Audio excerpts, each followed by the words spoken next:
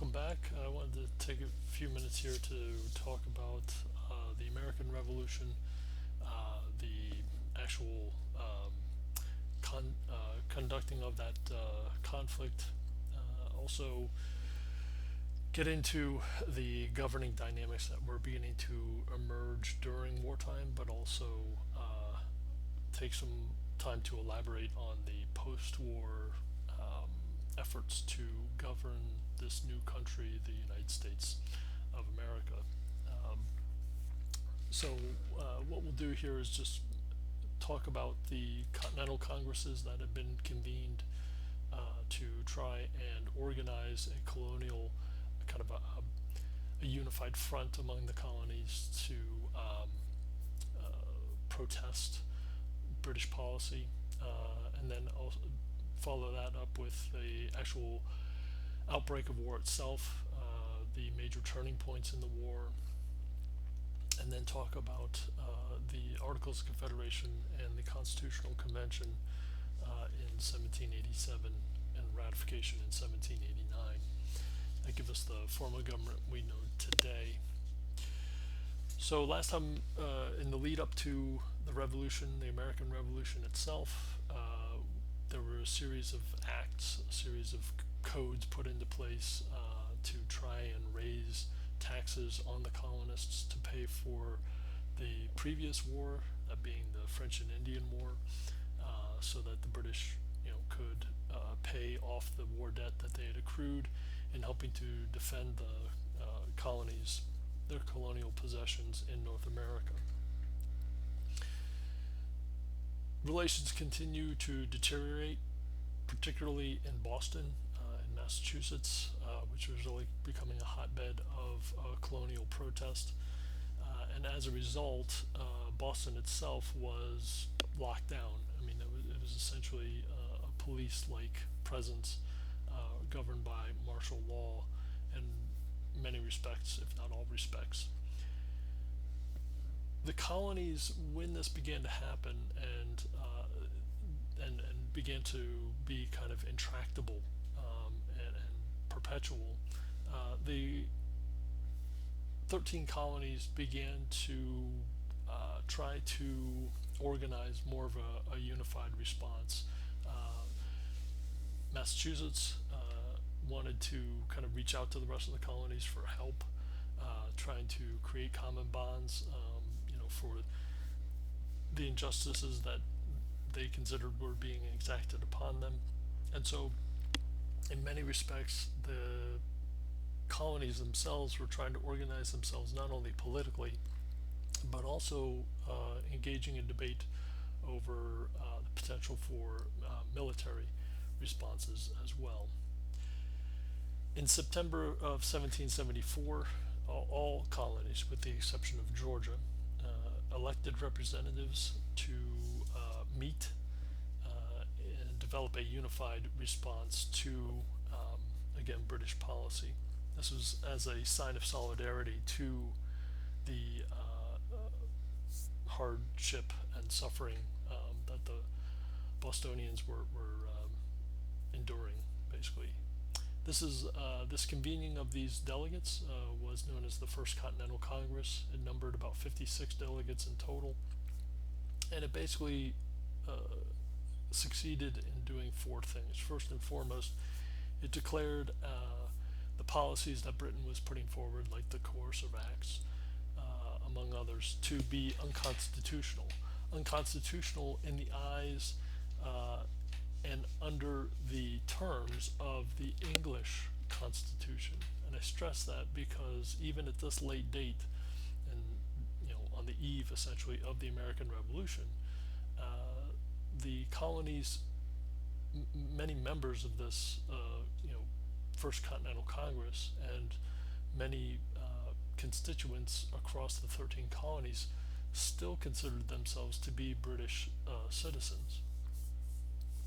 So it wasn't under an American kind of constitutional order. It was they were protesting under the terms of the British constitutional system. Second, They did agree to make some initial preparations for war if that were to come about. They also, at the same time, wanted to extend an olive branch, as they termed it, a petition. It was known as the Olive Branch Petition to King George III directly. They believed that Parliament was not operating in the colonists' best interest, but perhaps if they appealed to the king, that the king could persuade Parliament could represent the colonials' point of view and colonial interests on their behalf, and hopefully bring about a peaceful resolution. In the petition, they continued to profess their continued colonial loyalty and support for the British Crown. And lastly, they wanted to prohibit as best as possible British imports and also all American exports to England. So kind of exact a blockade on many, if not all, goods that were moving between Britain and the Americas. The only exception was the shipment of American rice to Britain would continue. That would be exempt from this kind of blockade or boycott. The First Continental Congress also went about to set a date for convening a follow-up convention or a second Congress. And so what happens, or the takeaway essentially from this First Continental Congress, was that there was a careful balancing here among the varied interests of the colonies themselves. That in many respects these delegates were not only kind of more rebelliously inclined, like members of the Massachusetts delegation, but also you had other kind of more staunch loyalist kind of elements within the Continental Congress as well. And so this was the best that could be gotten, essentially, or the best consensus that could be reached amidst this kind of wide spectrum of views. They managed to air grievances while at the same time proclaiming their continued loyalty as British subjects. This changed in the spring of 1775 with the events that took place at the Lexington and Concord in Massachusetts, just outside of what is today Boston. On April 18th of 1775, some 700 troops marched out from Boston into the Massachusetts countryside. They were looking to seize caches of weapons as well as colonial leaders that were kind of promoting kind of more rebellious acts. Those individuals included the likes of John Hancock and Samuel Adams. The troops were to march to Concord, seize the military supplies, and then proceed on to Lexington. There was, of course, the colonists got wind of the plans of these troop movements, alerted the members or the surrounding countryside, the surrounding colonists of Boston, and were able to kind of make preparations for defending themselves or trying to thwart the movement of these British troops. At Concord, there were some 400 Minutemen that engaged these British forces, again numbering about 700. This is the proverbial shot heard around the world, and not really prepared for any type of sustained military engagement. The British forces began to withdraw and retreat back to Boston. The militia, in the meantime, grew stronger in numbers as the word began to spread across the countryside, and colonists rushed to, kind of take up arms. Uh, just at the moment that the British were growing weaker, um, the British suffered as many as 73 dead, and some 200 of their soldiers were missing. Just a month later, in May of 1775, we have the convening of the Second Continental Congress. It was established a wartime footing for the colonies, that basically all talk of any type of reconciliation with Britain was exhausted. The Olive Branch petition was rejected by the king, and as a result, the American colonists, began to take measures to fortify New York City.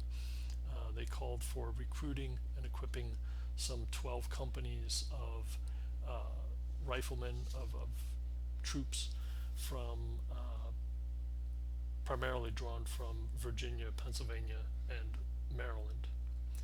They sent aid to the Minutemen and the troops, the citizen soldiers, you might say, in Massachusetts, that were basically trying to organize some sort of defense against the British.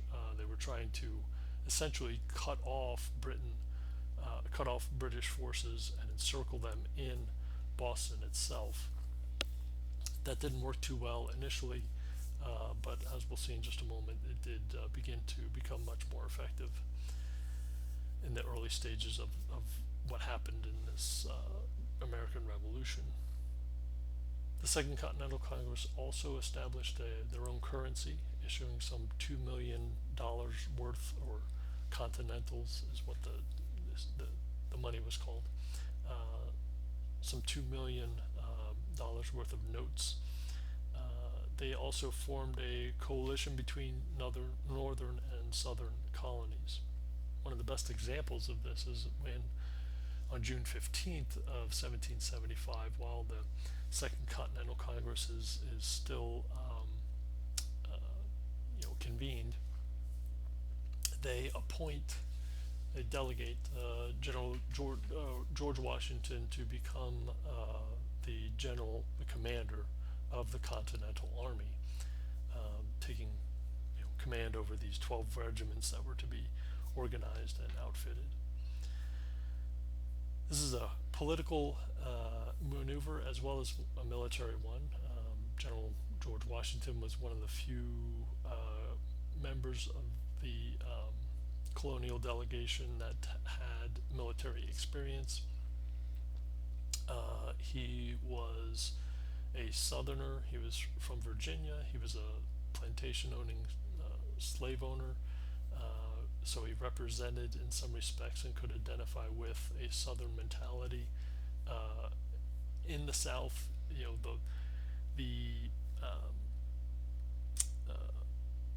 voices for reconciliation with the British were kind of more pronounced, and so therefore, it was that George Washington here is kind of acting as a balance between carrying out the military aims of winning American independence, while at the same time, kind of being a member of this Southern aristocracy.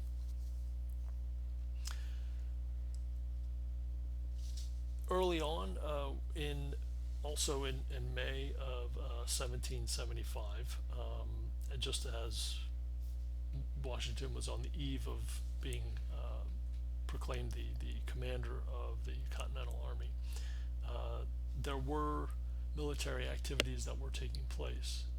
In May, you have the fall of Fort Ticonderoga in upstate New York, in the wilds of upstate New York, near Lake Champlain.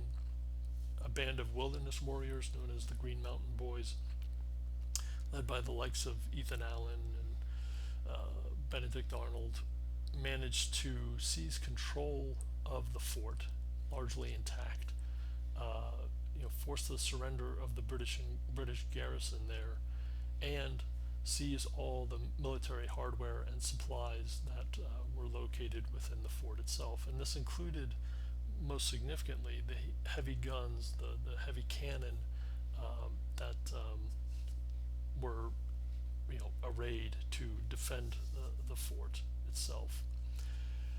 Very quickly, the Green Mountain Boys, these kind of rebels, begin to take these massive artillery pieces and move them, relocate them to Boston, and array them around the surrounding kind of heights of Boston, to further strengthen the siege of the British forces in the city.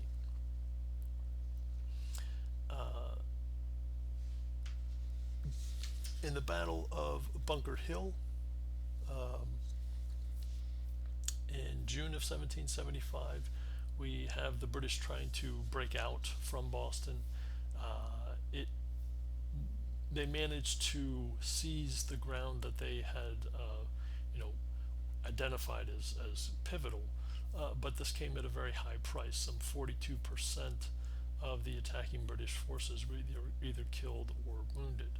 So this managed to shatter the mystique of the invulnerability of the British troops, and their kind of methodical approach and